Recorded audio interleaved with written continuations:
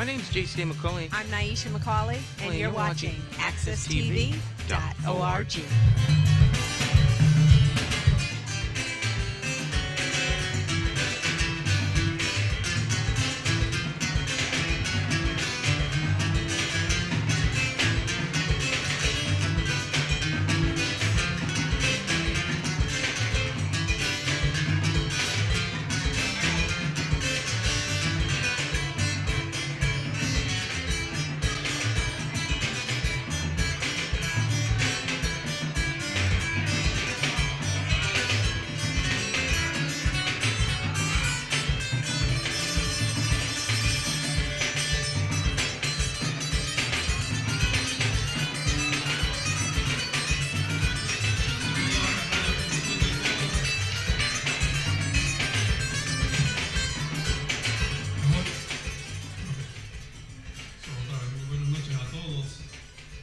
Bienvenido a la celebración de la vida y el legado de una mujer puertorriqueña extraordinaria, doña Gloria Gerena.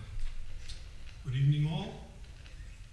Welcome to the celebration of the life and the legacy of a great Puerto Rican woman.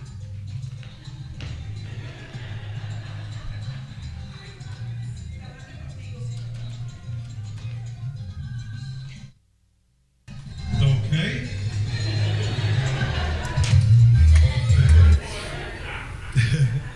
My technical man will help us here. Nos va a ayudar el hombre técnico.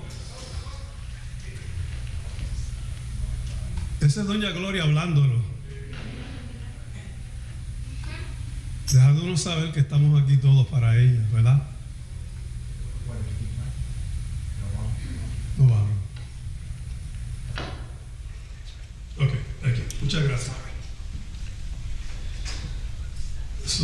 No sé dónde me quedé. A mi edad de 70 años ya se me están olvidando las cosas. Pero lo importante es que estamos aquí para doña Gloria. Todos ustedes están aquí presentes y es un placer tenerlos a todos aquí. So it's really a pleasure having you all here. It says a lot. Actually, a lot more people showed up than I thought they would. So this is great. It says a lot about doña Gloria. Nos dice mucho sobre lo que doña Gloria representaba para nuestra comunidad. Lo primero que voy a hacer es que quiero dedicarle este programa a la familia de doña Gloria. Y la familia de doña Gloria, ¿verdad? Cuando la idea se me ocurrió, le hice un acercamiento a Lourdes, la hija de doña Gloria, la única hija. Y ella me dijo que le gustaba la idea y que iba a hablar con su familia. Y después que lo discutió con su familia, ella entonces me llamó y me dio a saber que todos estaban en acuerdo en que lleváramos a cabo la actividad en honor a su madre. Doña Gloria hubiera sido la primera que nos hubiera dicho: yo no quiero ningún homenaje. Ella tuve la dicha y el honor de conocerla personalmente. Doña Gloria era una persona sumamente simple, humilde, sumamente inteligente, completamente dedicada a su familia y completamente dedicada a la patria de Borinquen o Puerto Rico. Por eso es que entendemos el que traer un evento como este era importante por el ejemplo que doña Gloria trajo a la comunidad. Voy a decir en inglés, después de hablarlo en inglés, vamos a continuar en inglés, porque si continuamos en español y en inglés va a ser muy largo, y tenemos la suerte de que el Public Access Channel está grabando esta actividad y la van a pasar por el Public Access Channel para que entonces la comunidad pueda verlo. Además nos van a proveer un video y la actividad va a estar entonces en el internet. So I want to take the moment obviously, we're dedicating this activity to the whole family of the Gerena family and the extended family. And because of Lourdes, obviously, that I approached her. She brought it to her family, discussed it with her family, and they decided to go for the activity. So I want to name them, and I want them to stand up as the activity is because of them, because they gave us the permission, the authorization, and because Doña Gloria is looking at us right now, and she's very proud of her family. So here we go. Obviously, her children were Victor, Roberto, Alfredo. Is Alfredo here by any chance? No, okay. Alfredo's wife, Yolanda, Frederick, Lourdes. If Lourdes can stand up, please.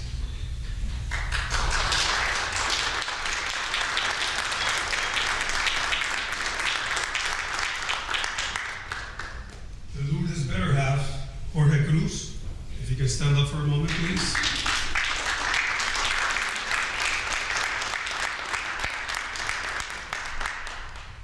The grandchildren, Natasha,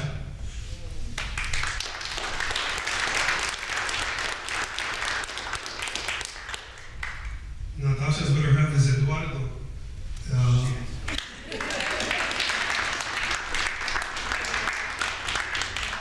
Christy.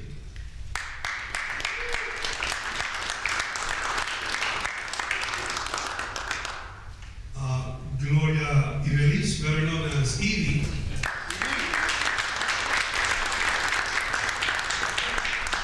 Brianna. Is Brianna here? No? Okay. Xavier or Xavier.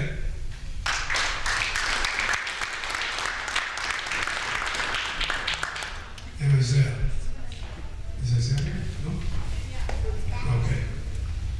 The great-grandchildren, Eliza. Is Eliza here?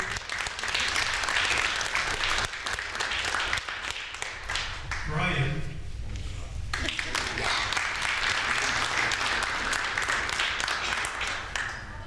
Mila.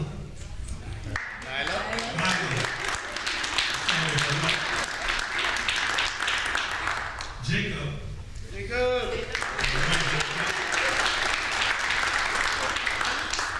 And Elise.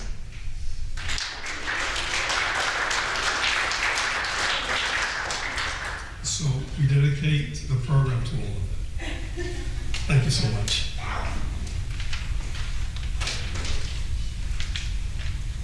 So now, we're going to have the National Revolutionary Anthem, el himno nacional puertorriqueño, por la compañera Gloria Gerena, que nos va a dirigir. Oh, Pimentel, perdón. Pimentel, Gerena, son familia, ¿verdad? Ahí está. So, quisiera saber si todos tienen una copia de la letra de la canción, ya que quisiéramos que todos entonces se unieran con nosotros a cantarla.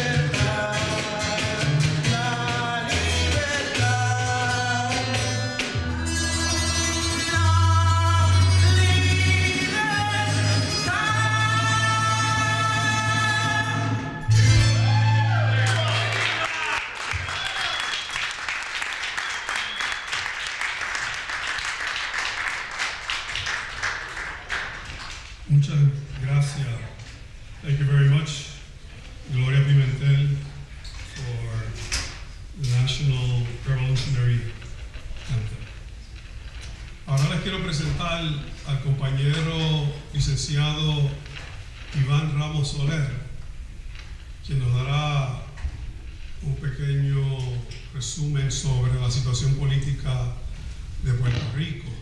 Now I would like to introduce to you Attorney Iván Ramos Soler. He is the president of the committee of la diáspora del Partido Puertorriqueño here in Connecticut, the Connecticut Committee.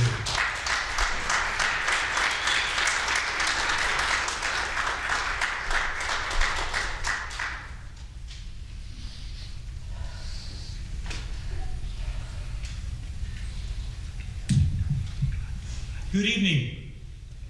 Good evening. As Francis said, I am Iván Ramos Soler, President of the Connecticut Committee of the Puerto Rican Independence Party in the diaspora.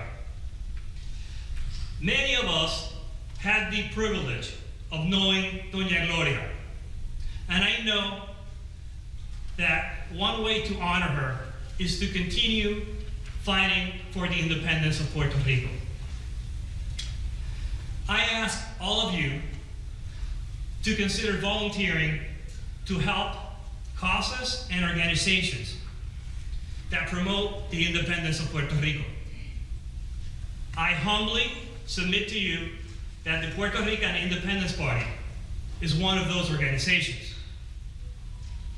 El PIT, as we commonly know the Independence Party in Puerto Rico, was founded more than 75 years ago and is the largest organization supporting independence.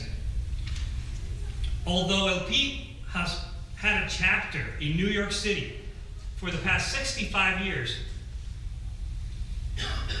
this is the first time that there is an effort to open committees and establish committees throughout the entire Puerto Rican diaspora.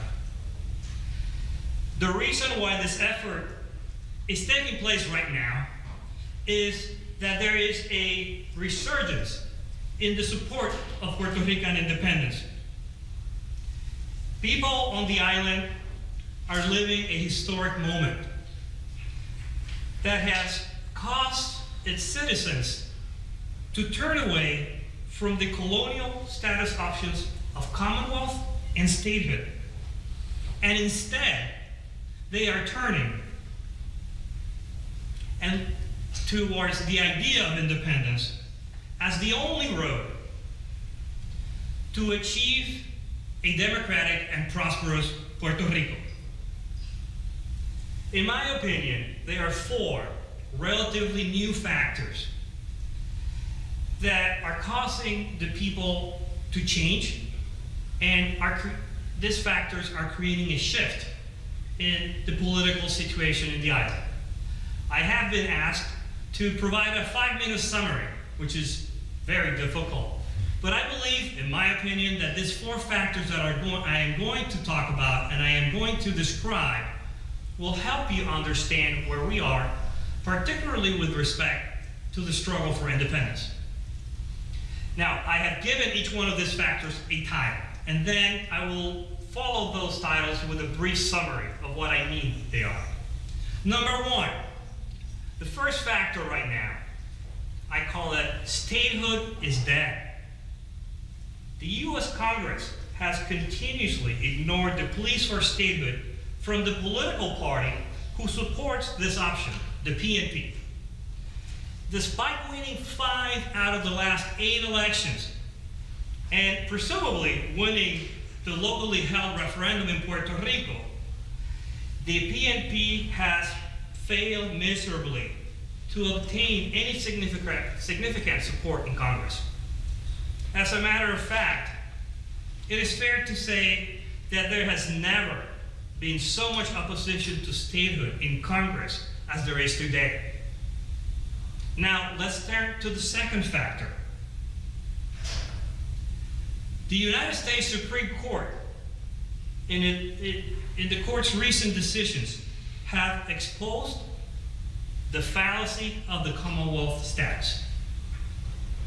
Recent Supreme Court cases, such as Sanchez Valle and Madero, have debunked once and for all the false notion that the Commonwealth status is similar to a treaty or a compact between two sovereign nations. So that idea has been consistently debunked, particularly since 2016. The United States Supreme Court has reiterated the colonial nature of the Commonwealth and has affirmed that Puerto Rico is a possession or a territory, as they refer to Puerto Rico as, and that it is governed by Congress's plenary powers. Number three, the number three factor, the Fiscal Control Board is a colonial dictatorship. Puerto Ricans have realized that they do not live in a democracy. Since 2016, Puerto Rico has been governed by a supergovernmental body known as the Fiscal Control Board, or La Junta, as we call it. This is a non-elected board appointed by the government of the United States, and it has the power to invalidate laws enacted by the elected government of Puerto Rico. Although presumably the board exists to rule over financial matters, it also uses its wide powers to invalidate laws in a wide range of matters, including the environment, labor relations, medical insurance, and Puerto Rico's power grid. And yes, as you might suspect, Luma, the disastrous electric company that runs the power grid, was imposed by La Junta. And number four, the two-party system has collapsed. El bipartidismo, if you guys have been following Puerto Rican politics, has become a catchy phrase. The PNP and the PPD. For decades, political power in Puerto Rico has been strictly shared by two political powers, the pro-statehood PNP and the pro-Commonwealth PPD. That is no longer the case. Rampant corruption in these two parties, the economic crisis, and the three factors that I just mentioned have led to the collapse of the two-party structure. Due to this collapse, the current governor was elected with only 32% of the vote. Currently, neither one of the colonial parties that have shared power show any signs of life. This can be felt on the street, on social media, on the podcast that we listen to, on the attitudes of our celebrities and their statements, as we all hear repeatedly on YouTube channels and even in some international outlets. On the other hand, in 2020, the Puerto Rican Independence Party experienced its highest growth. El PIB grew by 700%, obtaining 14% of the vote. The votes from El PIB, combined with the votes of a new emerging party, Movimiento Victoria Ciudadana, made up 28% of the vote. A considerable number of leaders in Victoria Ciudadana are also pro-independence and have shown a willingness to work with El PIB and our candidate for governor, Juan Dalmau, towards a victory in 2024. I ask you to stay tuned to Puerto Rican politics and stay active, because in 2024, we can elect Juan Dalmau as the first pro-independence governor of Puerto Rico. This morning, I got a message on WhatsApp from one of our leaders in the Puerto Rican diaspora. And that 28% that we're talking about in this recent poll climbed up to 30%. As you know, the governor won with 32%. And the two parties seem to be somewhere, the two formerly major parties, PPD and the PNP, appear to be polling somewhere around 28%. Now, don't be completely focused on polls. They're very difficult. Learn the lessons from other elections. Focus on what's happening on the street. I think it can be done. As I said, we can elect Juan Dalmau And we need to make sure that Hartford, Connecticut is part of that effort. Que viva Gloria Gerena y que viva Puerto Rico Libre. Thank you.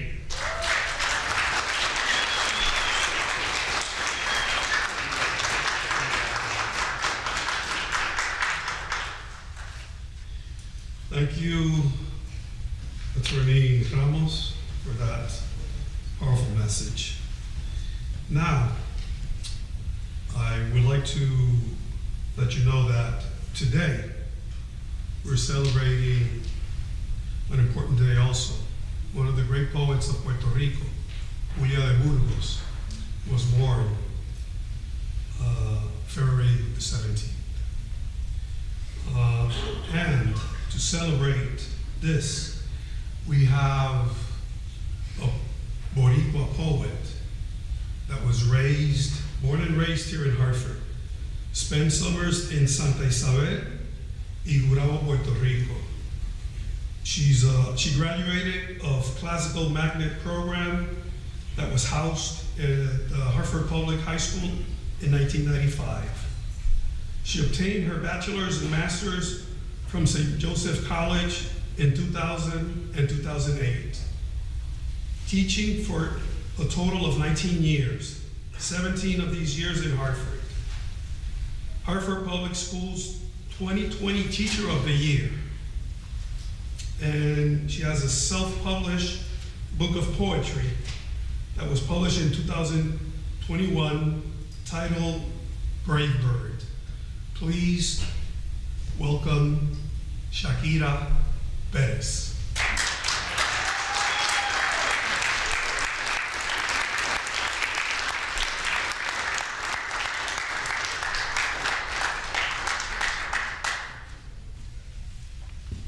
Good evening, buenas noches. Thank you for the introduction. I'm honored to be here. I'm a firm believer in signs and how the universe brings things together, how life imitates art or how art imitates life, and I think that Doña Gloria's life very much imitated art as well. Julia de Burgos was a woman who also believed in La Patria and had a love for her island and made it very clear, not just for the landscape, but also for its independence. So I think the poem that I am going to read is called Despierta, or Wake Up. And again, believer of signs and how the universe aligns things and how everyone was singing the revolutionary hymn. It was just very moving to me. So I am honored to be reciting this poem today.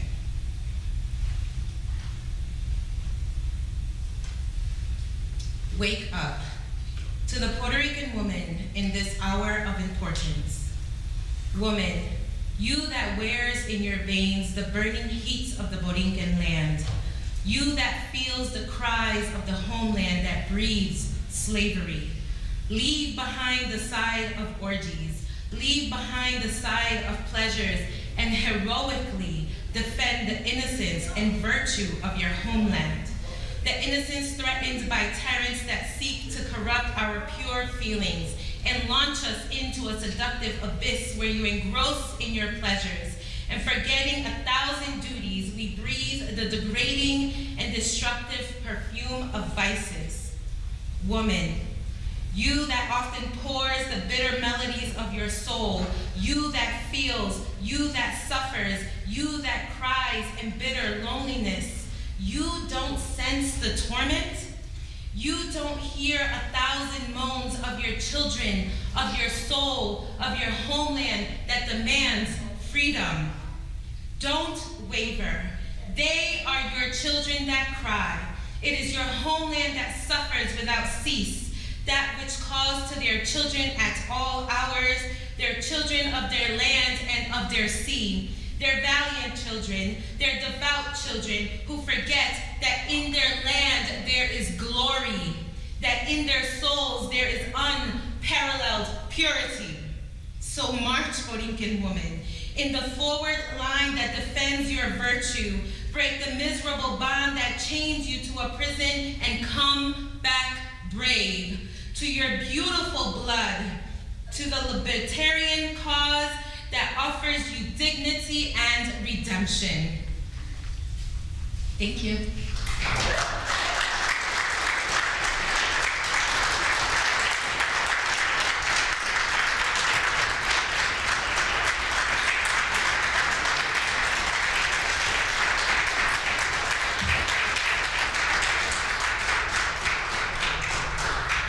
Again, that was Shakira Perez. We thank her. That was very powerful, Shakira. She's the one who chose the poem and felt that, and I felt that was the right poem for tonight. Now we're going to have Los Bohemios play some music for all of us, and we'll be right back after they finish their music. All right, guys. Muy buenas tardes, o buenas noches, digo. Ya son 7:30. Hicimos un escogido de canciones, obviamente sobre Puerto Rico. Espero que les guste. Pronto, sí.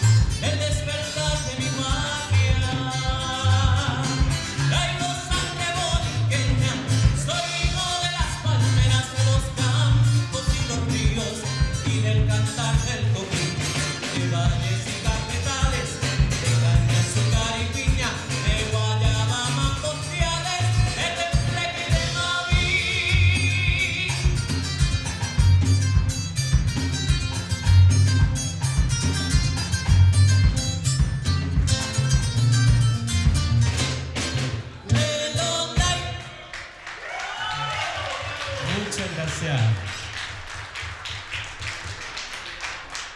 Y estas son canciones que ustedes conocen. Vamos a hacerle esa boricua en la luna. ¿Qué ustedes creen?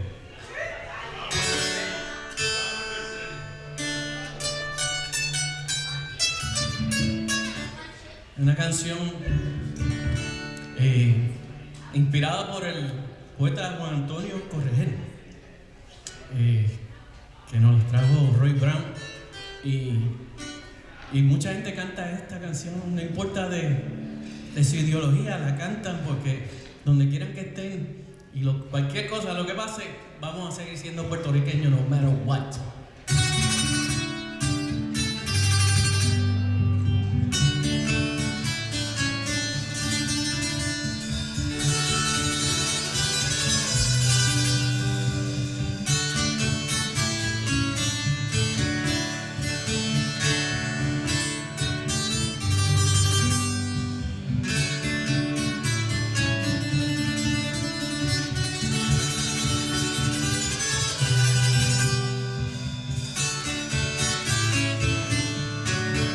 Desde las olas del mar, que son besos a su orilla, una mujer de Aguadilla vino a New York a cantar.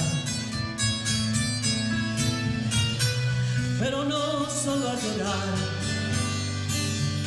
un largo llanto y morir. De ese llanto yo nací.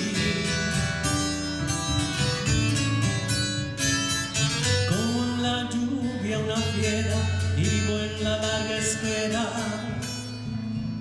de cobrar lo que perdí.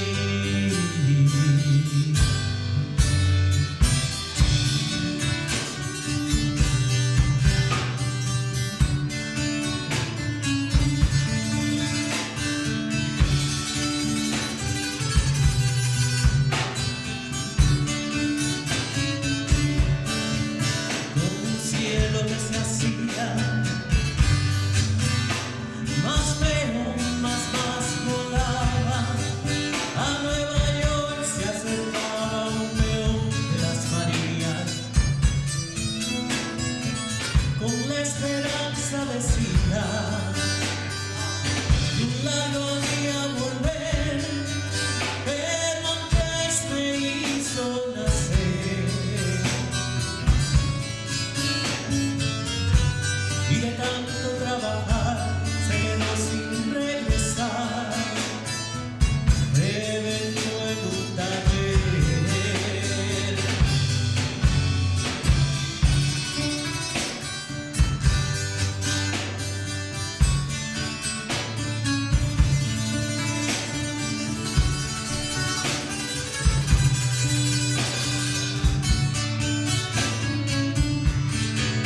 Ni una lágrima soy hijo,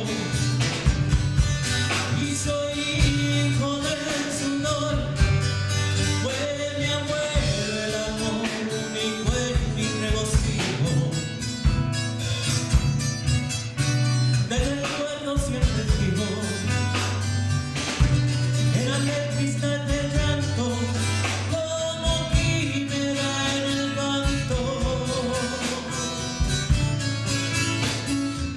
de un Puerto Rico del sueño.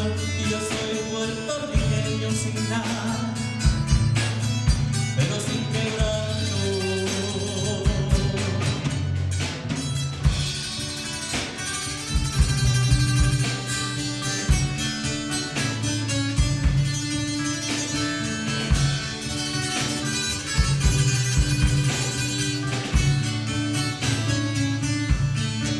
Y al hecho que me despierta,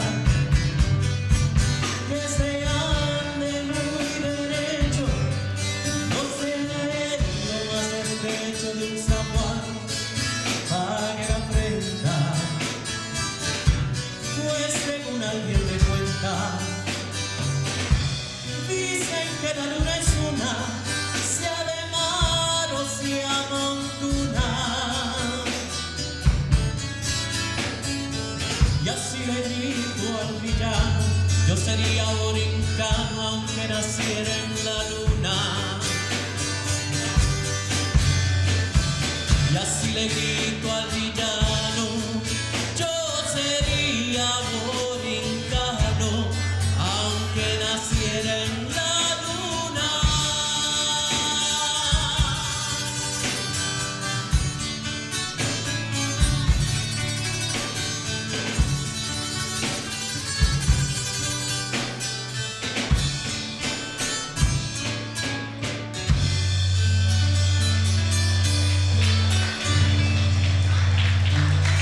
Muchas gracias. Para terminar, vamos a cantar esta canción que todo el mundo la conoce también y nos la piden a menudo. Se titula Preciosa. Así que espero que les guste y párense, muévanse, y que esto es para celebrar y para celebrar la vida de doña Gloria Gerena.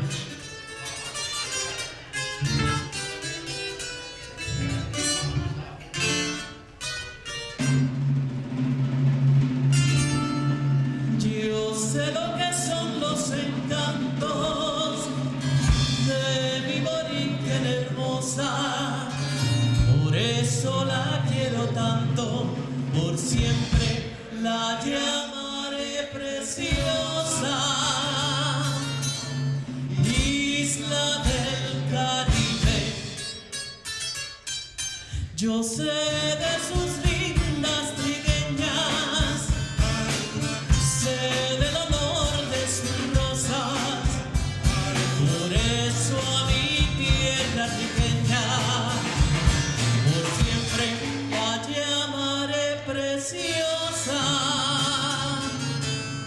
Isla del Caribe, Borinquen.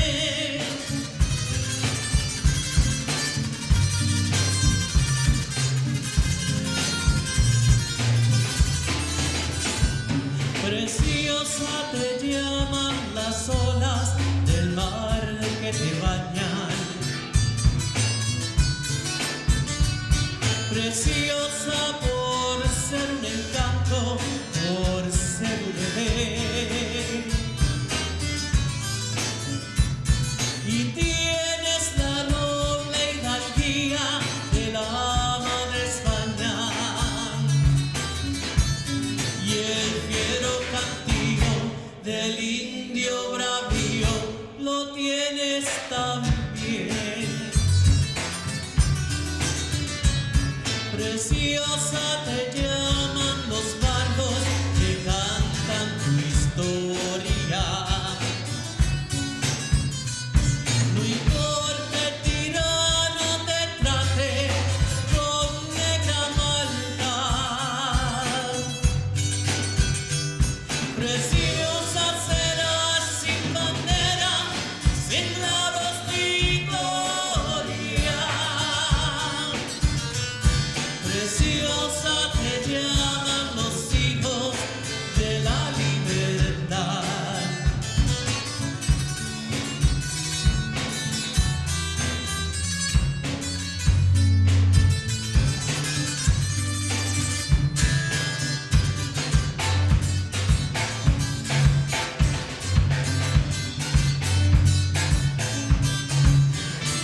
Preciosa te llaman los bardos que cantan tu historia. No importa el tirano te trate con negra maldad. Preciosa serás sin bandera, sin lauros ni gloria. Preciosa te llaman los hijos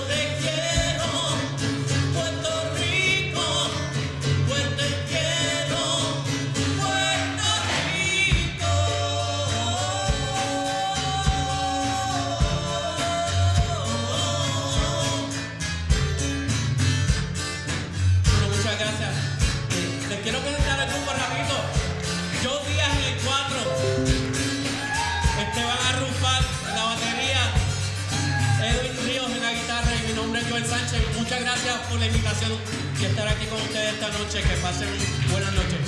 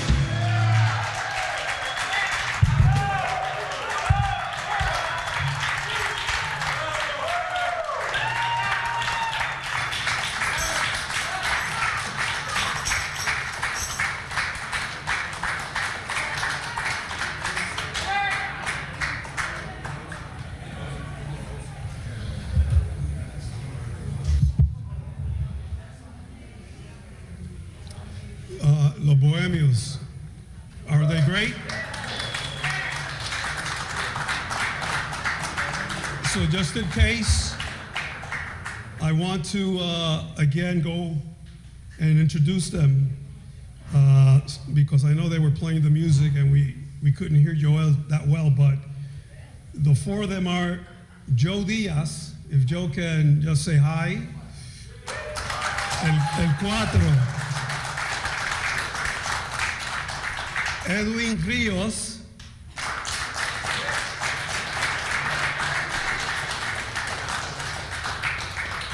Esteban Arrufat,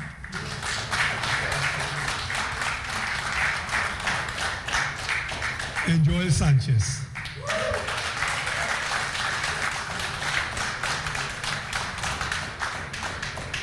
We're very lucky to have the music by Los Bohemios.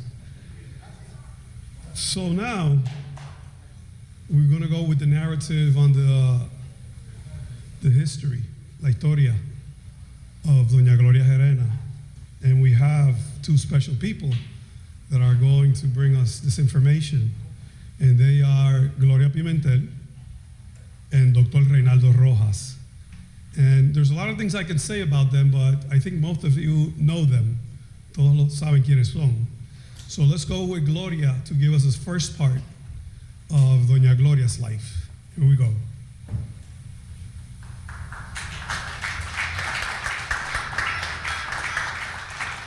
Tengo que poner mis espejuelos porque después de los 30 uno no ve. Yo no estoy como en los 70. Gloria Gerena, qué placer, qué orgullo, qué honor. Hablemos de Doña Gloria. She was born Gloria Ortiz Maldonado on May 27, 1937 in Santurce, Puerto Rico, to Maria Maldonado and Albino Ortiz. Her mother died giving birth to her youngest son, Doña Gloria. Had 3 siblings, 2 brothers and 1 sister. Doña Gloria was the oldest of the children. After her mother's death, she was raised by her stepmother until she was 15. At that age, she moved to New York with her godmother, who lived in Puerto Rico. It is around that time that she begins to educate herself in the island's politics. In her early teens, she moves to New York as she became involved in radical politics and didn't want to get arrested. Didn't want to get arrested. Qué poderosa. Once she settles in New York, she meets the father of her children, Victor Gerena Sr. While pregnant from her first child, she gets married and becomes Gloria Gerena. The child is named after the father, Victor Gerena. At that time, she works at the factory and becomes pregnant with her second son, Roberto, better known as Bobby. She then had another pregnancy, however, lost that baby. Still, Doña Gloria, being the fertile woman that she was, gets pregnant the fourth time and had twins, Alfredo and Federico, the twins, los gemelos. She becomes six. Then Doña Gloria started working from her home, ironing clothes and cleaning houses. Her twin sons are identical. At the time, she had a problem identifying them apart. She ended up feeding one, thinking she already fed him. Then she feeds the other one, and sometimes ended up feeding them twice. For her last pregnancy, she had a big surprise for her family. She gave birth to a daughter, Lourdes, who was born a year and a half apart from the twins, los gemelos. You might think, poor Lourdes, but she kept up with the brothers. Pranks, and reality is, poor boys, los gemelos. All children were born in New York City. While residing in New York, she attends social school and begins her studies in radiology. However, she has a difficult time dealing with the blood and decided to stop her studies. Doña Gloria's husband had some family members residing here in Hartford, Connecticut. In one of the trips, these family members, Doña Gloria and the children, remained and stayed in Connecticut.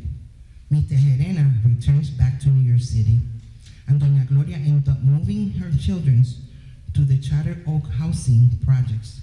She had her high school diploma from New York City, and it's this time that she makes her decision to learn better the English language, learn how to drive, and go to college to obtain her degree.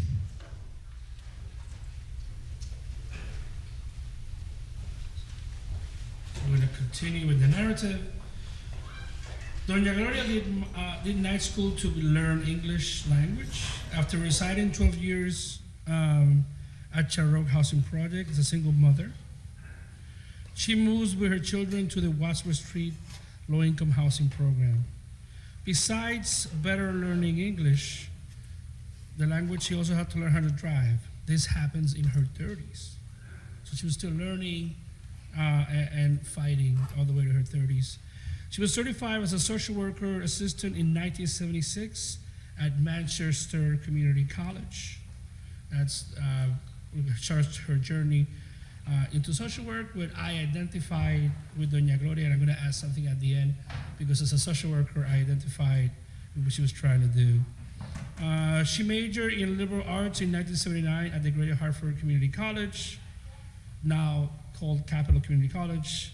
She also majored in the field of social work in 1982 at St. Joseph College, now St. Joseph University.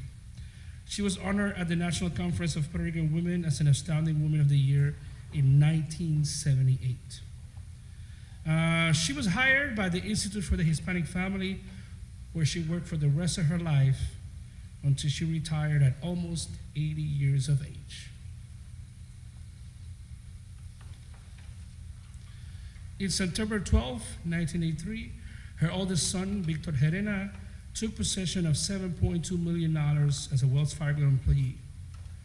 Most in the media and in those in elite and power felt that he robbed the money. However, some of the believers of the movement for independence of Puerto Rico argued that the money was restitution for the exploitation of people in the island. Whatever the argument, right, saying that this was a very difficult time for Doña Gloria and her family is an understatement. Police and the FBI harassed them constantly. They go to her second oldest son, Bobby, who resided in O'Brien at the time. Doña Gloria, the twins and Lourdes had no information about any of this whatsoever. But the FBI and the police forces don't believe that. Bobby goes to Central, to CSU, where I now teach, dorms and gets a hold of his twin brothers, letting them know what has happened. In other words, letting them know that the FBI and the police are going to come and harass you too. There was a massive manhunt by the FBI, the CIA, state, and local police. That year, Christmas gifts were provided to the poor children by courtesy of Gloria Gerena in the Three Kings Parade. Through all the difficult times over the years, this family has supported one another on whatever has come their way. Doña Gloria, after finishing St. Joseph, she did her master's at the Yukon School of Social Work. And the FBI harassed her and harassed professors at the university because they didn't want her there, right? At that moment, they suspect everyone. And faculty at the university, stood up for her. And again, I was late because I came from a panel talking about representation in academia. And Dr. Julio Morales and other Puerto Rican faculty at the university stood for her when the FBI wanted to get rid of her. So representation sometimes does matter, because then when you have things like this, you can support and help your students in whatever circumstances. Not that you expect forces of the FBI and oppressive forces like that pushing down to your door, but you say, she's a student at this university. It had nothing to do with her being a student. And one story that I always remember Doña Gloria for, I always saw her as an icon of the Puerto Rican struggle, of the diaspora here, especially in Hartford. And I wanted to work under her. And in my second year internship, my first year internship during the School of Social Work, I went to work under her, during that first internship. And after a week, there was something in my heart. I really did not want to do casework, that was what we were doing at the Hispanic, as a Hispanic family. And she noticed. I said, "What's going on? You don't look happy to be here." And I'm happy you're here. And I'm like, it's not you, absolutely. I don't know if this is what I want to do. And she sent me an advice that I never forget. She said, "You got to do what your heart tells you. If you don't want to be here, don't stay here for me. Don't stay here. What do you want to be?" Say, "I want to be a community organizer." Then be that. Then go ahead and call whoever you need to do and go pursue that. Don't stay in this internship just out of. And I don't know, maybe that's a nudge I felt I needed. And I never forget that encounter. And I switched, always regretting that I didn't work under her at the Institute of Hispanic Family, but happy that she was there to say, "This is not what your heart is, just follow your heart, follow what you want to do." And I never forget that, right? So again, a family that has been through a lot, but a family that has always fought, and with a matriarch it's like no other, right? And so, thank you. Gracias.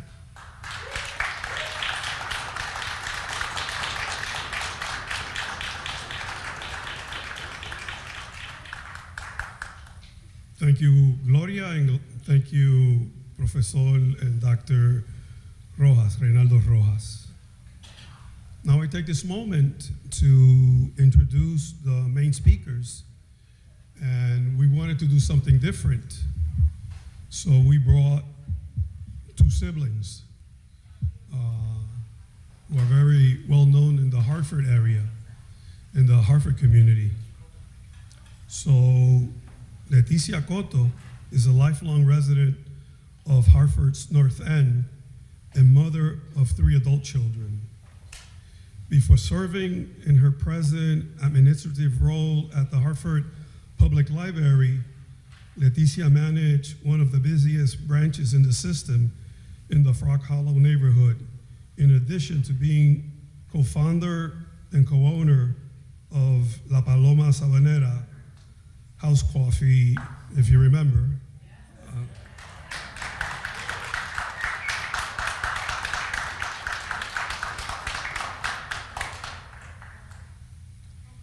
She's a founding board member of Hartford Deportation Defense, board chair of the San Juan Center, and board member of Wackington School. Her brother, wow, there's many things we can also say about Luis. He's been a councilman, he's a father, a great brother, great friend, a guy really dedicated to the community. So again, we can go on to say a lot of things about Luis also, but I think the best thing is to have Leticia and Luis come over and give us their message on Doña Gloria, since both of them knew Doña Gloria. And I think it's an honor to have them here tonight. So Leticia and Luis Cotto.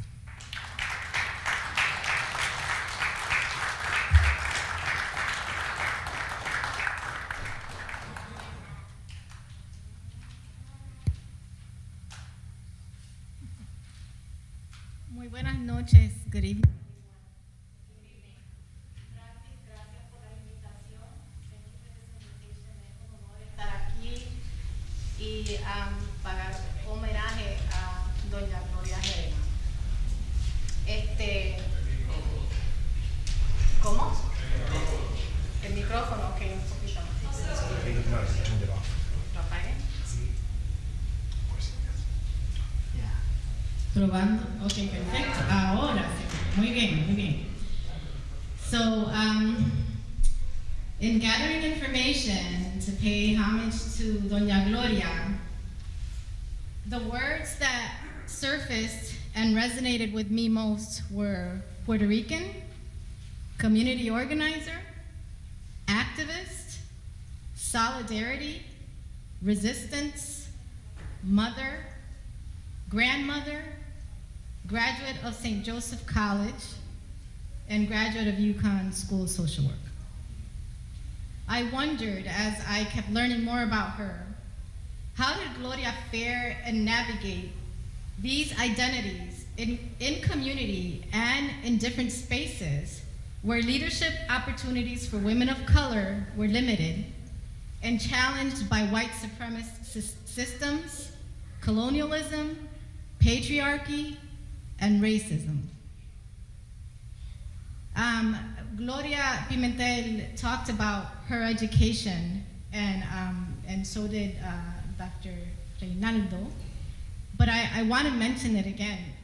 Gloria graduated from the community college system, St. Joseph College, and then went on to earn her master's degree from UConn with a 3.9 GPA. I chose to highlight these triumphs first because I am sure that going to school while also taking care of a family and raising a family was not without its challenges. These are laudable triumphs with great difficulties that deserve mentioning to show strength, resilience, and the strive for excellence. Doña Gloria's legacy in activism for human rights and the independence of Puerto Rico has been recognized in a dissertation by Maria I. Bryant titled Puerto Rican Women's Role in Independence Nationalism, Unwavering Women. Bryant states that what mattered most for the nationalist project was how women contributed to the independence cause. This woman warrior, Doña Gloria Gerena, played a significant role as a reproducer, transmitter, and participant in the struggle for the independence of Puerto Rico. This can be seen in her work with Todo Connecticut con Vieques and other groups that she founded, which you will hear about from other presenters this evening. Through her resistance to colonialism, patriarchy, and racism, she contributed in different ways to big causes like environmental justice and solidarity with the people of Vieques, Puerto Rico, in their fight to remove the US Marines from their island. As a social worker, she contributed to expanding services and equity to families at the Institute for the Hispanic Family. All of this while raising a family and holding up community. Eso es una guerrera. This is a warrior, my friends. A woman warrior. A woman who led by her commitment to justice, A woman led by her commitment to justice, who led with conviction to transmit and reproduce a just and dignified future for her family, her community, and Puerto Rico. Muchas gracias, doña Gloria Gerena. Y aquí los dejo con mi hermano Luis Cotto.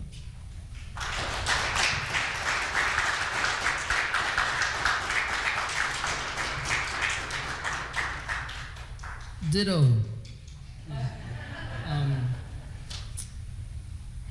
I want to give thanks to Francis for putting this together and being so conscious of like the 1 year anniversary, pero también to the family for allowing us to have this remembrance.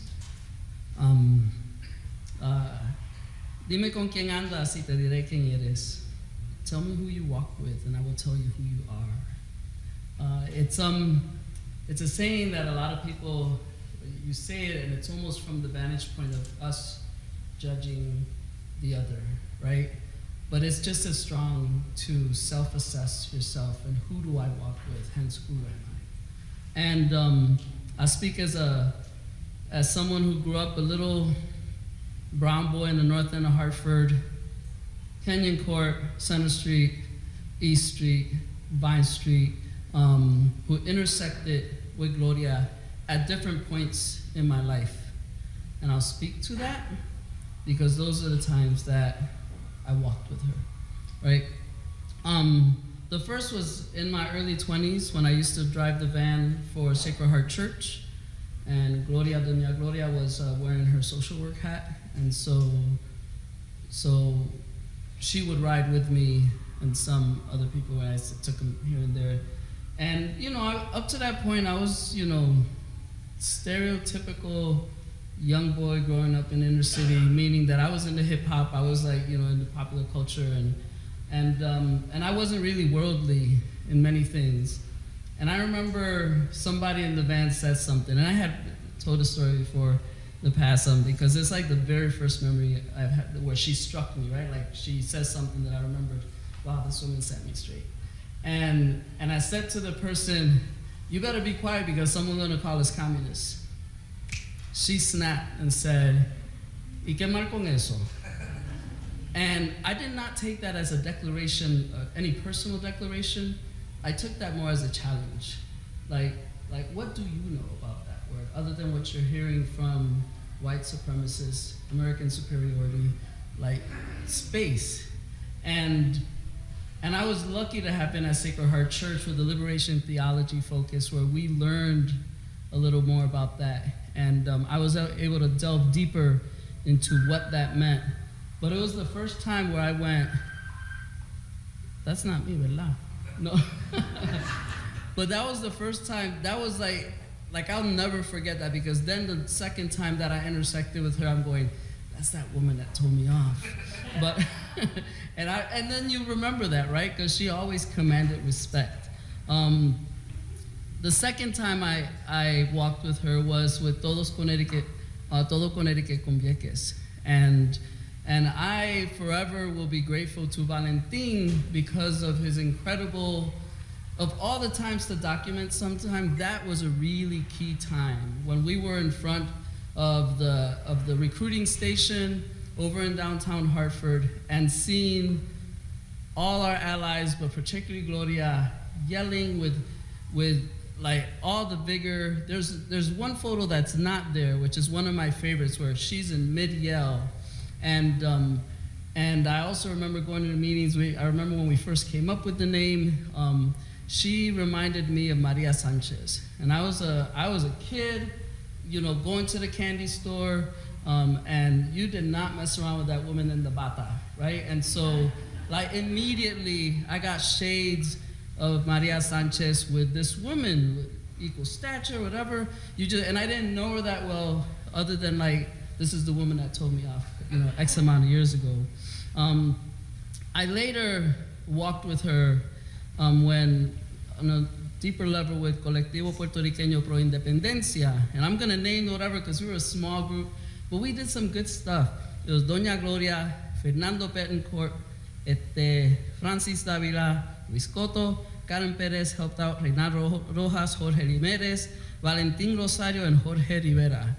We were a good group that did some really great manifestations, and they were more like explaining who Hostos was, doing Albizu Campos stuff. We did bookmarks of Ramon Emeterio Betances that we brought to the Betances school, and we had a lot of wonderful meetings at La Paloma. And one of the ones that stands out to me was one towards the beginning when we decided, and I'm the least Spanish-speaking person of the group at this time, and even now, pero we decided to do the meetings in Spanish, and Gloria said, pues por lo menos un Latino va a tener un trabajo con ellos. Because she was sure someone was listening, and she said, at least somebody who speaks Spanish is gonna have a job when they're listening to what we're talking about.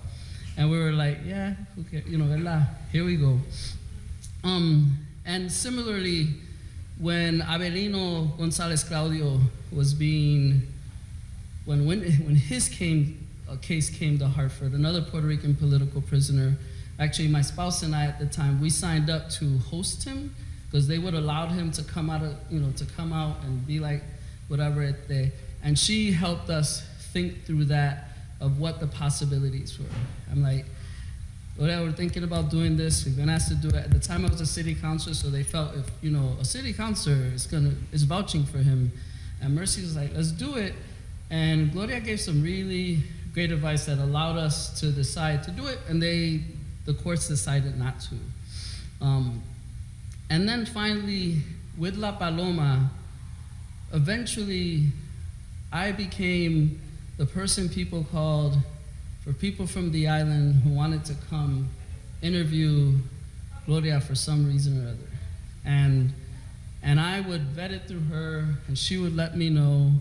And on 2 occasions, she let somebody come and talk to her. One was Freddie Marrero. He was the director of the documentary Filiberto, and so she allowed him to visit at the house, which was really rare.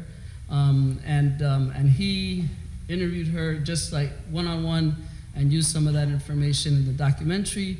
The other was Mari Bras and Tristana Robles, and Gloria was not comfortable with Mari going to the house, so she asked me if she could do it at La Paloma. This was for a Saturday. Saturday was our busiest day. We closed La Paloma down.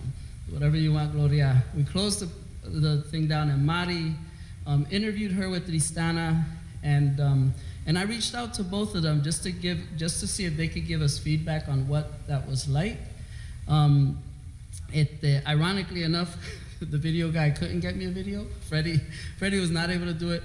Mari did, and so I do have a video, which I'm gonna. ¿Verdad? Desde Puerto Rico, esta noche, doña Gloria Gerena, pues para mí es parte de una estirpe muy particular de mujeres en la lucha multicentenaria de la independencia de Puerto Rico, por la independencia de Puerto Rico. Y me refiero a esas mujeres que cambiaron para siempre, ¿verdad?, los paradigmas de lo que era ser mujer en nuestras luchas, que nos enseñaron a asumir unos roles muy distintos en nuestras luchas que aquellos que nos proponían, ¿verdad?, en la sociedad y que todavía nos proponen. Mujeres que dedicaron toda su vida, todas sus energías a la causa de nuestra descolonización e independencia, y que en el camino tuvieron que sacrificar lo más preciado, algo que muchas de nosotras tal vez creeríamos innegociable, ¿verdad?, que en su caso pues fue su vida familiar, particularmente con su hijo Víctor. Doña Gloria, miro a doña Gloria y veo que a una mujer que sacrificó tanto como sacrificó Lolita Lebrón, como sacrificó Blanca Canales, como sacrificó Doris Torresola, Carmín Pérez y todas aquellas mujeres nacionalistas, las conocidas y aquellas cuyos nombres todavía no se han grabado en nuestra memoria colectiva. sería injusto hablar de doña Gloria, recordarla solamente por la gesta de su hijo y por el sacrificio que esto supuso para ella. Doña Gloria pues fue un ejemplo de activista, de luchadora por la independencia de Puerto Rico, que es una de las causas más radicales que se pueden adoptar en territorio norteamericano, pero no solamente por eso, era una activista comunitaria, fue una trabajadora social que ha acompañado a múltiples comunidades, las comunidades más marginadas de la nación norteamericana, o por lo menos, ¿verdad?, particularmente en Hartford, Connecticut, en las escuelas, en las comunidades negras, en comunidades de personas sordas, pues como trabajadora social, con inmigrantes, con todas las comunidades que necesitan de solidaridad y acompañamiento en su resistencia o en su reivindicación de derechos. Ahí estaba doña Gloria, y eso nunca lo voy a olvidar, nunca voy a olvidar su ejemplo, su valentía, y hoy me honro en poder unirme a ustedes, aunque sea por esta vía, para recordarla y para utilizar su memoria, ¿verdad?, como combustible para las luchas que nos quedan y que tenemos que dar nosotras y nosotros. Así que desde Puerto Rico les saludo y gracias por invitarme, aunque sea por esta vía, a unirme a este extraordinario homenaje. ¡Que viva doña Gloria Gerena!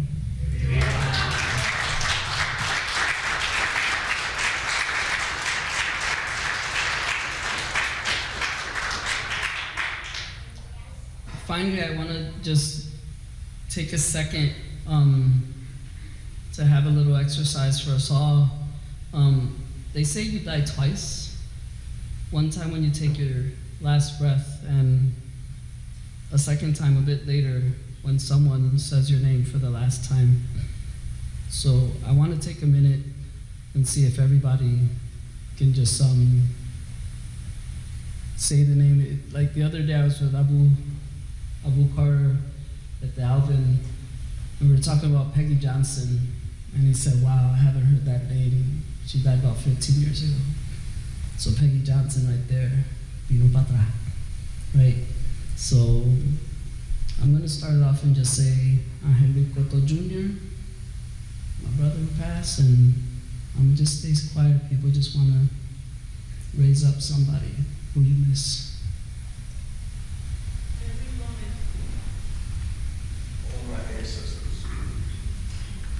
Frank, I got it.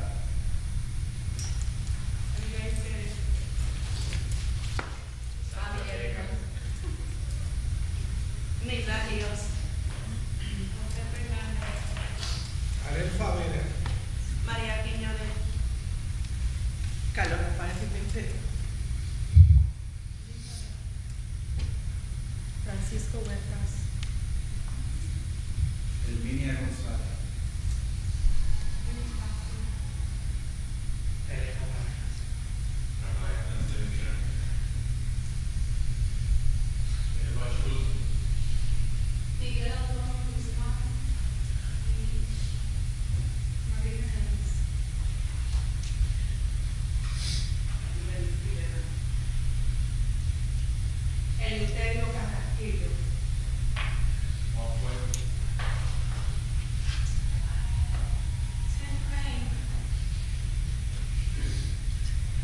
Comandante Carlos Irizarry Rivera. Joaquín Acevedo, Albizu. Ezra Huertas,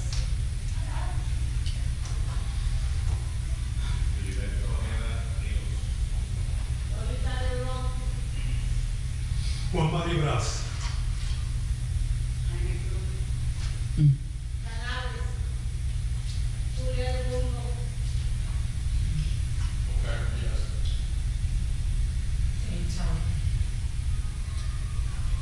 Y Gloria Gerena. So if you ask me who I walked with, although it was like this, I walked with Gloria. Y qué, right? Thank you.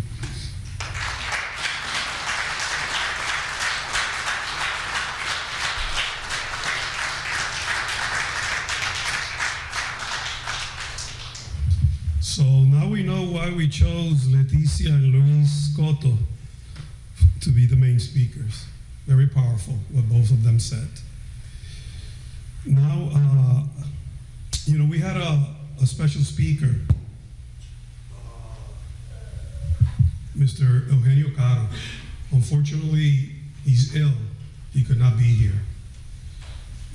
Eugenio is one of the pioneers of Boricuas who came to this country and came to Hartford, Connecticut to fight for the rights of Boricuas and Spanish-speaking people.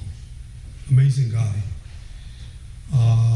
So he couldn't make it, but we have somebody here who knows him very well and who's a good friend of mine, and I'd like him to come over and say some words, and that's Luis Delgado. Please, Luis.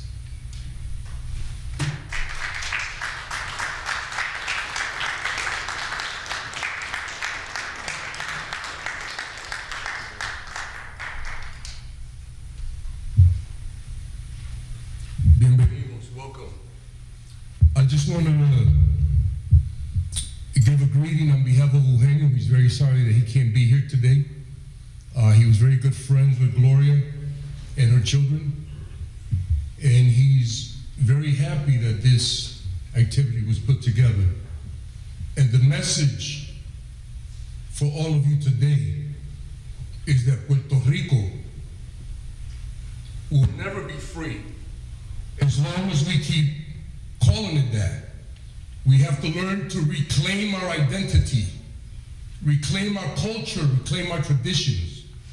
So the message for today is Borinquen will never be free as long as we keep looking for the answers to our problems from the same people who create them. Peace, family.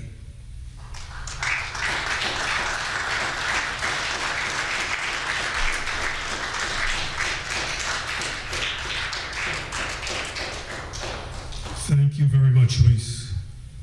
Very powerful words also.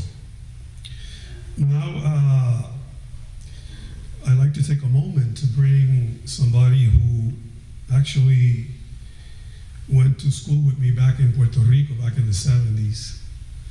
And I don't want to date her, but she's a great person, a social worker also, who knew Doña Gloria and would like to say a few words on her behalf. So I want you to welcome Herminia Cruz.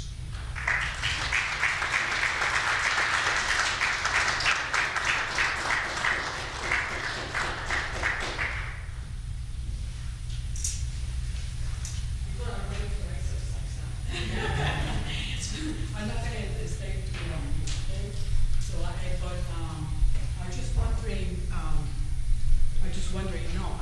I'm just wondering if I have to speak English or Spanish. Because Gloria will say, oh. Gloria and me, we know each other for years, okay, since she came from New York. And we were, sisters, daughters, whatever you want to know. It's a very close relationship. And she would say, if I said, oh, we're going to an activity and we have to speak English, she would say, oh, no, it could be in Spanish or yeah. Okay, but I have to speak Spanish or English. Which one? It doesn't matter. Oh my gosh, and you make these people work so hard here with the language. Okay, pues vamos a hablar en español. Y yo, gracias. Y yo no me iría si yo no diga algo de Gloria, porque es una familia que yo me crié con ellos y ellos se criaron conmigo. Y es una pena que no pude estar en el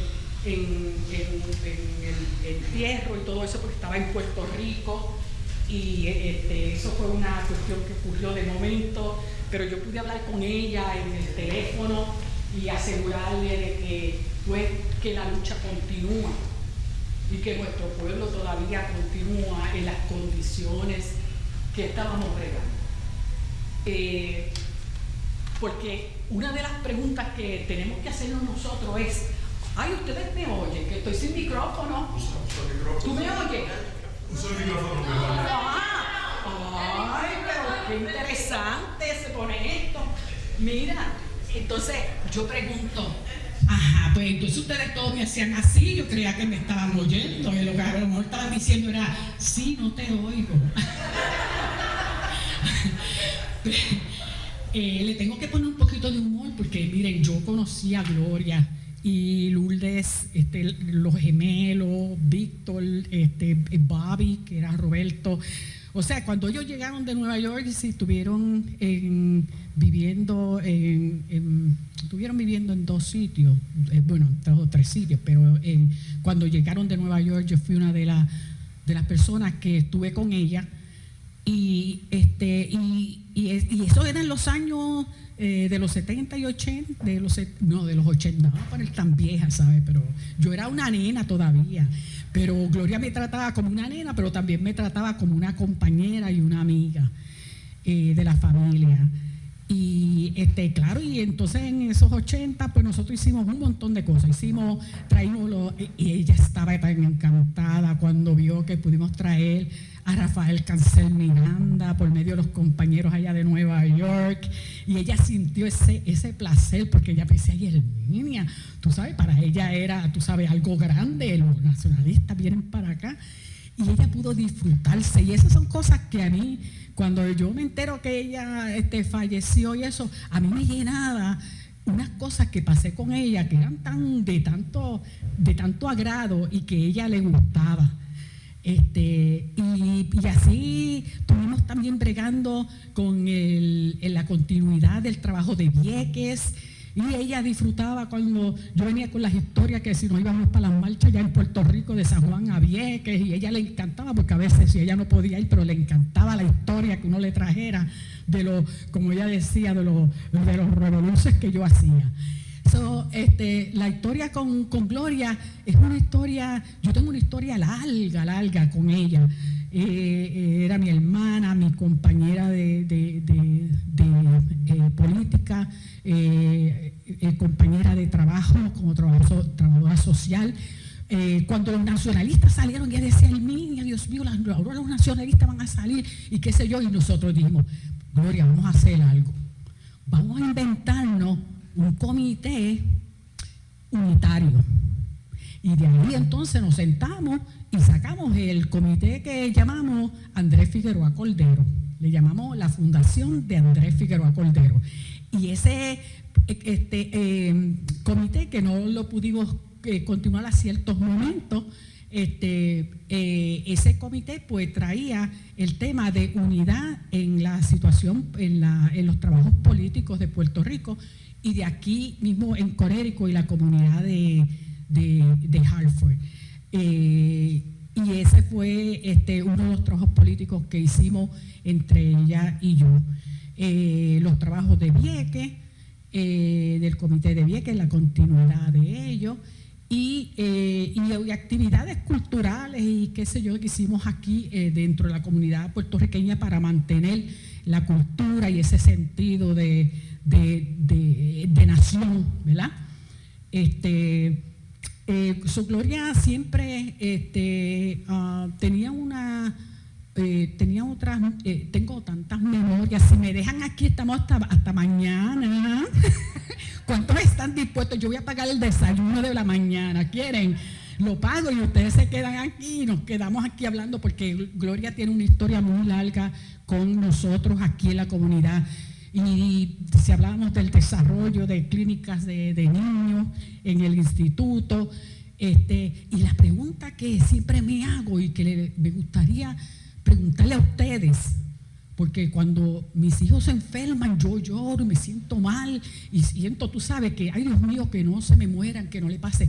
Y la pregunta que tengo para ustedes, que me la hago yo misma, si yo estoy dispuesta a dar un hijo a la lucha de mi patria. Señores, hay que tener valor. Hay que tener valor para yo dar un hijo a un ideal, a una idea, a una inspiración, a ayudar y proteger una nación, un montón de gente que no son familia mía, sino que son parte de mi nación. Ok, pues son familia en esa forma. Pero no es mi tío, yo voy a dar mi hijo por una tía o tío o un familiar, estoy dando la vida por una nación, un pueblo. ¿Cuántos estarían? Nosotras somos madres, yo soy madre y no quiero ofender a nadie, sino que la pregunta que tengo, ¿quieren contestar? ¿Les gustaría contestar esa pregunta si están dispuestos a dar un hijo por su nación, por ayudar a que esa nación no siga sufriendo? ¿Cuántos daríamos un hijo por ello? Y eso, esa bravura, como yo digo, y esa postura tiene Gloria Gerena.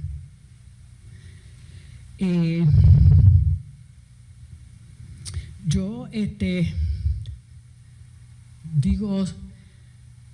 le digo a la familia, yo siempre llamo los gemelos, la Lourdes, Bobby, que se encontrará con doña Gloria, y Víctor, a todos los hijos y muchos compañeros que estuvieron con nosotros en la lucha de los 80 aquí, que fue bien difícil, especialmente cuando ocurrió el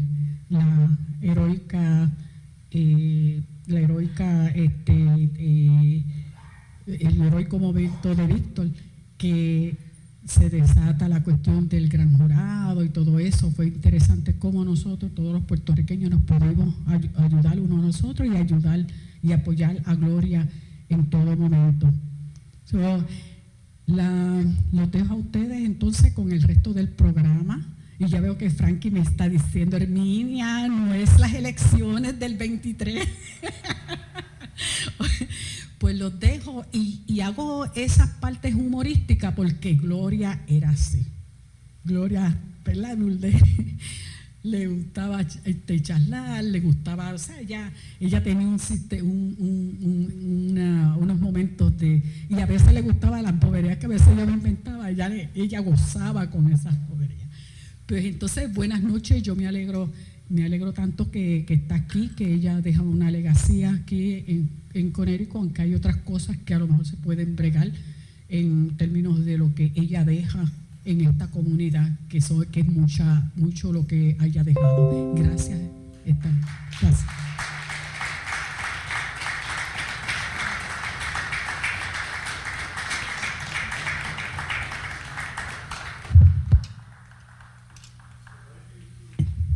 Thank you to la compañera Herminia Cruz. English, Spanish, obviously, Spanish is our first language. Now, I'm going to take this brief moment to let you know that I'm going to present Valentin Rosario, who, when you go out, you'll see all these photos, and Valentin took a lot of time to put together all this information and pictures of all Connecticut with Vieques, todo Connecticut con Vieques. And he will explain you the reason for all Connecticut con Vieques. But the thing about it was that, Doña Gloria and I went with a group of people here from Connecticut to Washington, D.C. to protest the situation that was taking place in Vieques. And over there, her and I were the co-chairs of the committee here in Connecticut, and we did a lot of work. There was a connection in Puerto Rico with, I don't know if he's still here, but el licenciado Rafael Rodriguez was instrumental in helping us, connecting us with Vieques over there. And he did a lot of amazing job with everything that was going on with, again, Vieques and Hartford, Connecticut. But the thing about it was that Doña Gloria and I went with a group of people from Connecticut to Washington, D.C. And over there, I was talking in Spanish and trying to explain a whole bunch of people the reason that we were there protesting. And a lot of people who did not speak Spanish were asking us questions. So Doña Gloria took me to the side and told me, she called me Frankie, and told me, you know, I think you should speak in English because it's our job to try to educate the people that don't speak Spanish about the situation of Puerto Rico. And it's also our job to educate the new generations who don't speak fluent Spanish or don't speak Spanish at all. So, you know, even though, again, Spanish is in our heart, even though, again, the Spaniards went to Borinquen and just colonized Borinquen or Puerto Rico. It was a lesson for me from Doña Gloria, why we needed maybe sometimes, or we need sometimes to speak in English and educate these people in English. Either way, I hope that you understand then why we're doing this in the English language. Hopefully that videotape will reach English-speaking people that will understand the situation of Borinquen or La Isla de Puerto Rico.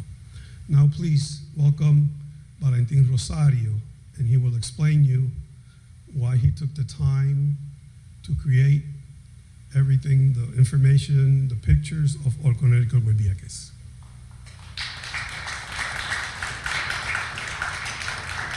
Thank you, Francis. I'm going to be very brief. I just want you to understand that Doña Gloria meant a lot to me. I worked with her and I met her in 1999 when the struggle for Vieques to take out the Marines out of the island started in 1999. And that's when I met Doña Gloria. I never met her before. And then after that, we were pals, friends. We were everywhere meeting for All Connecticut with Vieques. And a lot of members are here, and they know that she was always one of the first getting to the room wherever the meeting was. She was very, very dedicated, very, very puntual. I don't know how to say that in English. Puntual. Huh? Okay, whatever. So the thing is that I capture Doña Gloria in my exhibition that I have out here that I want you all to appreciate. She's in 3 photos. And I always appreciate her, and I capture her screaming, "Paz para Vieques!" And another one, she's with a sign in front of the federal building. When All Connecticut with Vieques ended, you know, in 2003, the struggles ended there. I have some binders by year, 1999 until 2003, when the struggle ended. Then we created, with Francis, Fernando, Luis, en La Paloma Sabanera, we created El Colectivo Puertorriqueño Pro Independencia. And she was key in that colectivo, in that committee. And I want to say something about a t-shirt that I have out here that is part of the exhibition. 2003, we created a t-shirt that said, Vieques ganó. It's a black t-shirt out there. But if you notice in the back, it says, bye bye Navy. And guess who said those words? And she said, those words have to be in that t-shirt somewhere. And we put it in the back. In front says, Vieques ganó, bye bye bye Navy. Because she was so glad that day in 2003 when Bush said, we're out. And then if you notice in the opposite side of the 10 photos that I have, it's the chronologia of all the events from 99 up to 2003 that the Hartford Courant did a very good job. And I put it as part of my exhibition. And then another poster that I have of New York Times that came out in a few months before Bush said that we are out. That came in the New York Times. A bunch of artists and people of sports and famous people from Puerto Rico claiming to Bush, you need to get the Navy out of Vieques. And that was a very powerful message in the New York Times. And a few months later, Bush said, bye, bye, bye. Like Gloria said, bye, bye, bye. So I leave you with that. I don't want to say much because a lot of people said beautiful things, but I want you to appreciate the exhibition, please. And Gloria was very key in that, in all that struggle. Thank you very much.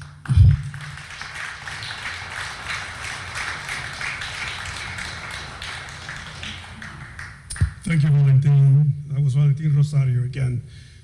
Please take the time to go outside of the room and see again the exposition that Valentin documented. It's extraordinary. I want to take now, to introduce to you a student here of Trinity College, David Gone. David is Mexican, but he's part of the La Voz Latina. And when this idea came to me and I called this person who did not hesitate, Carlos Espinosa, great guy who I have known for many years and works here at Trinity College. He invited some of the students, and David has been there answering my phone calls and trying to help me with everything. So if David can come over and just say a few words, I'd like to him just to say a couple of things. David Gone, he's a Mexican, of Mexican heritage from Texas.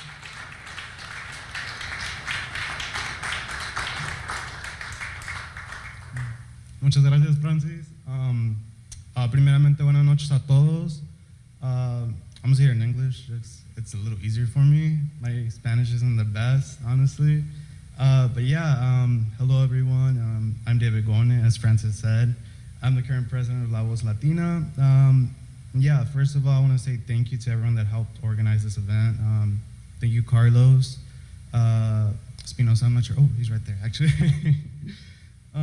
Thank you, Janissa Cortez. Unfortunately, she couldn't be here because she had something to do.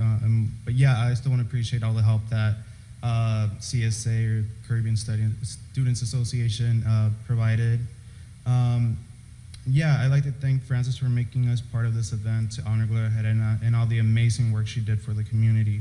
Gloria, as many as you know, has inspired many, both inside and outside the community we have here in Hartford, and her legacy will continue to bring inspiration in the future. In commemoration, La Voz Latina will be having 2 events in the near future. We'll be holding an Afro-Latino student panel discussing various topics such as intersectionality, I'm so sorry, it's a really hard word, and identity on February 28th. And then on March 7th, we're going to be speaking about modern colonialism in Puerto Rico and the significance of the popular song El Apagón by Bad Bunny. Again, I'm so honored to have the chance to speak here before all of you today. And again, thank you so much for everyone for being here, y que pasen bonita noche.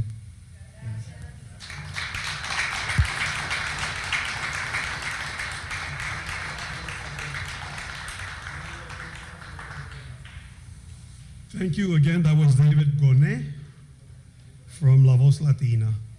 Now I'd like to take a moment to bring back el licenciado Iván Ramos Soler, who's going to introduce you somebody who came from New York for this activity to say a few words. So again, let's receive again licenciado Iván Ramos Soler.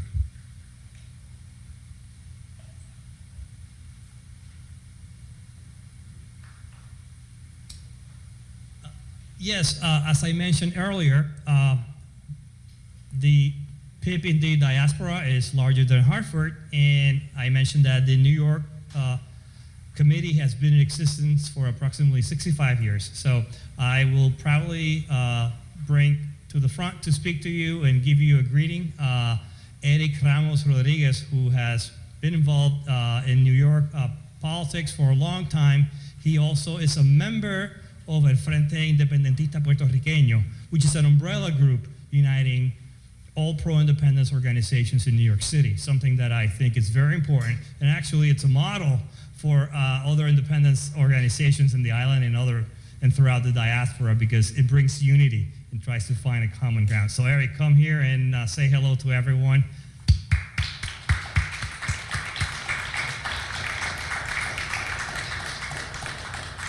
Estaba hablando en inglés, no sé por qué, pero Thank okay. you. No. I'm gonna speak in English. First of all, I have to say that I'm humble with all the words and the incredible things that I have heard tonight. I knew Doña Gloria because of others over there in New York, and later I knew that whenever I came to Groton, Connecticut, long time ago in 2001 or something like that, she was there, and I didn't met her. But definitely, I want first of all to salute her family. It had to be wonderful to have a woman like her as part of your life, and all of us admire that. And thank you for being here. For me, I'm coming from Brooklyn, New York, and representing the Puerto Rican Independence Party. I want to say hello from the Puerto Rican Independence Party in Puerto Rico and from the people of New York City. As Ivan mentioned, the Frente Independentista Boricua is an effort that we started about 4 years ago and started to talk about the struggle and looking for things that are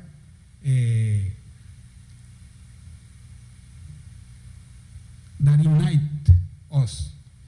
There's some difference in our methods and ways to approach the problem, but all of us recognize that the moment in Puerto Rico is a unique moment, a moment in which that requires that we join forces in order to rescue our country that is in the middle of the process of disintegration.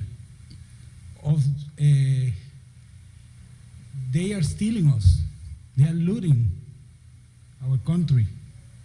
La Junta Fiscal is created to finish Puerto Rico as a nation, finish Puerto Rico as a country, finish the possibilities of Puerto Rico to be Puerto Rico.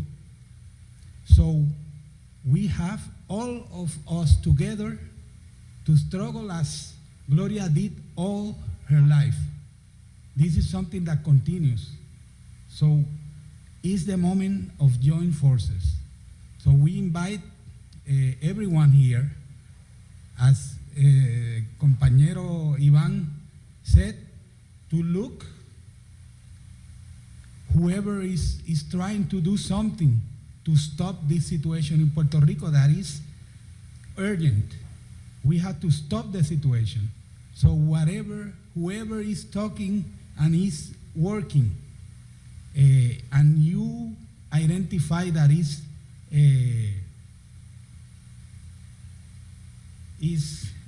ahí llegó el español. Que algo que se trata de una lucha auténtica, gente auténtica, porque hay muchos lobos vestidos de oveja en todo esto y lo hemos sabido por muchos años. So, whoever knows that, whoever identifies that, try to work with these people, for those people, because the situation is something that is very fluid, and whatever was a problem 2 years ago, now is a bigger problem, and it's gonna be bigger and bigger. And if we kept the trend of looking as our island, nuestros jóvenes se van de Puerto Rico, sigue raising the age of the people in Puerto Rico, bringing other problems, because that means a big, una gran presión para nuestra sociedad, una gran presión para un país poder mantenerse de pie cuando la población está envejeciendo, que no significa que las personas envejecientes pierden valor, sino que no hay una juventud creando, no hay una juventud generando riqueza, y eventualmente la situación en Puerto Rico va a tornarse en a point of no return. That's what we don't want. So, que viva Gloria Gerena y que viva Puerto Rico libre. Muchas gracias.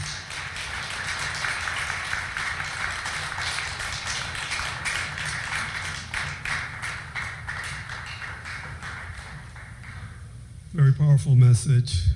So now we're going to be closing the program, and I want to call Gloria Gerena so she can say a few words.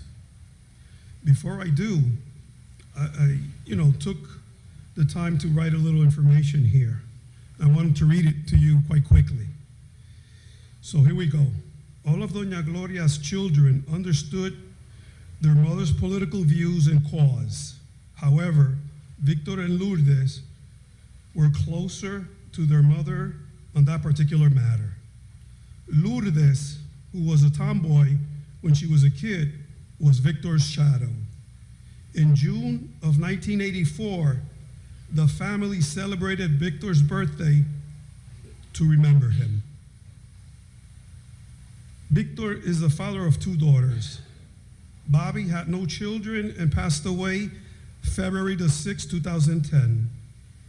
The twin brothers, Alfredo or Freddy, is the father of a daughter, and Federico or Frederick is the father of a daughter and a son. Lourdes has a daughter and also a son. Doña Gloria was crazy in love with her grandchildren and never forgot to give them birthday cards on their birthdays. Doña Gloria always supported and protected her children, and her children always supported and protected her. Something very important that we should know. It took Doña Gloria some time to become or graduate in order to become a clinical social worker. She would take power naps and then study most of the night. And her daughter, Lourdes, learned how to type. She taught herself how to type and eventually typed all her papers for her mother's pre-grad and grad school. Lourdes' dream was law enforcement, but because of the circumstances, she ended up in the field like her mother did of social work. Doña Gloria was completely committed to the Spanish-speaking community and was clear in supporting small businesses in these communities. She was very appreciative of Catholic charities and the Institute for the Hispanic Family, who gave her the opportunity of hiring her as a social worker. She was also a devoted Catholic all her life. She had passion for her children and her family and the family she serviced. She assisted in creating the sexual abuse unit at St. Francis Hospital. This that I'm going to tell you now was very important to me out of all the information that was provided to me by the family. 2008, Doña Gloria's granddaughter, Gloria Ibeliz, better known as Evie, went into the Army at the age of 17. Victor served in the Army, and Lourdes wanted to enlist into the Marines, but never did out of the love and respect she had for her mother. Lourdes supported Evie going into the service. However, once Evie was deployed for the first time to Afghanistan, Doña Gloria immediately voiced her concerns. Still, in the male-dominated armed force services, Evie demonstrated her genes of the Gerenas and the Ortiz and became a mechanic for Apache helicopters. After about 10 months, Lourdes once received a phone call in her cell. Lourdes did not recognize the number, but her mother's instinct told her that she needed to answer that call. It was Evie. She was calling to the United States from Afghanistan, letting her know that she was returning to Connecticut, to the United States and to Connecticut.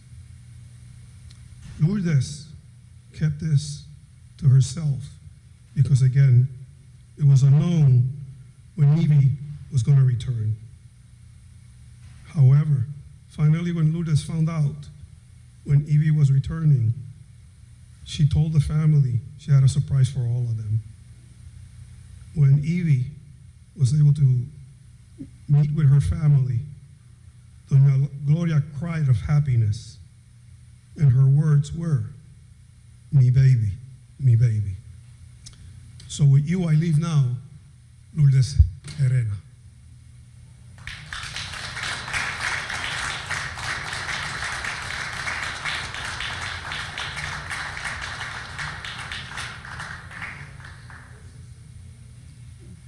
Good evening.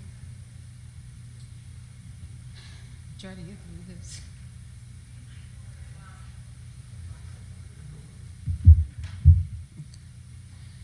There isn't a day that goes by where my thoughts are not filled with memories I shared with my mom. I miss our daily talks. When this football season began, it hurt because I missed being able to call her, to remind her when the Giants were playing and hearing her say in her own voice, "Okay, I'll watch it. Ellos van a perder anyway, but I'll watch it." My mom was great.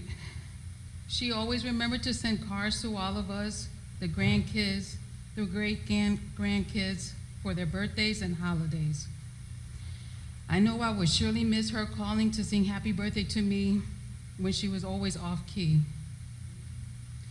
There was so much that we will miss from not having my mom here with us anymore. From her laughter to her lipstick kisses left on our cheeks. So on behalf of the Gerena family, we would like to thank you all for organizing this beautiful tribute to this special woman who was an amazing mother, grandmother, and friend. I cannot think of a better way to pay respects to such an amazing woman who loved and dedicated much of herself to our family and to the Puerto Rican community. We will always cherish and remember this night and the stories shared of the impacts she made in the lives of so many. Thank you.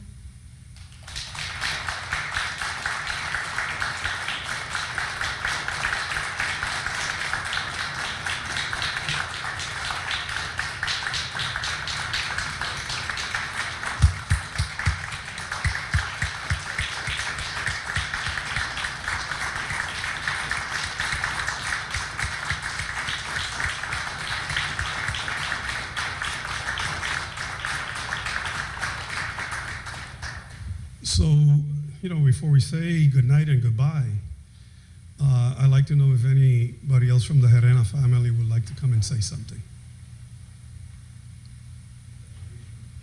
No? Okay.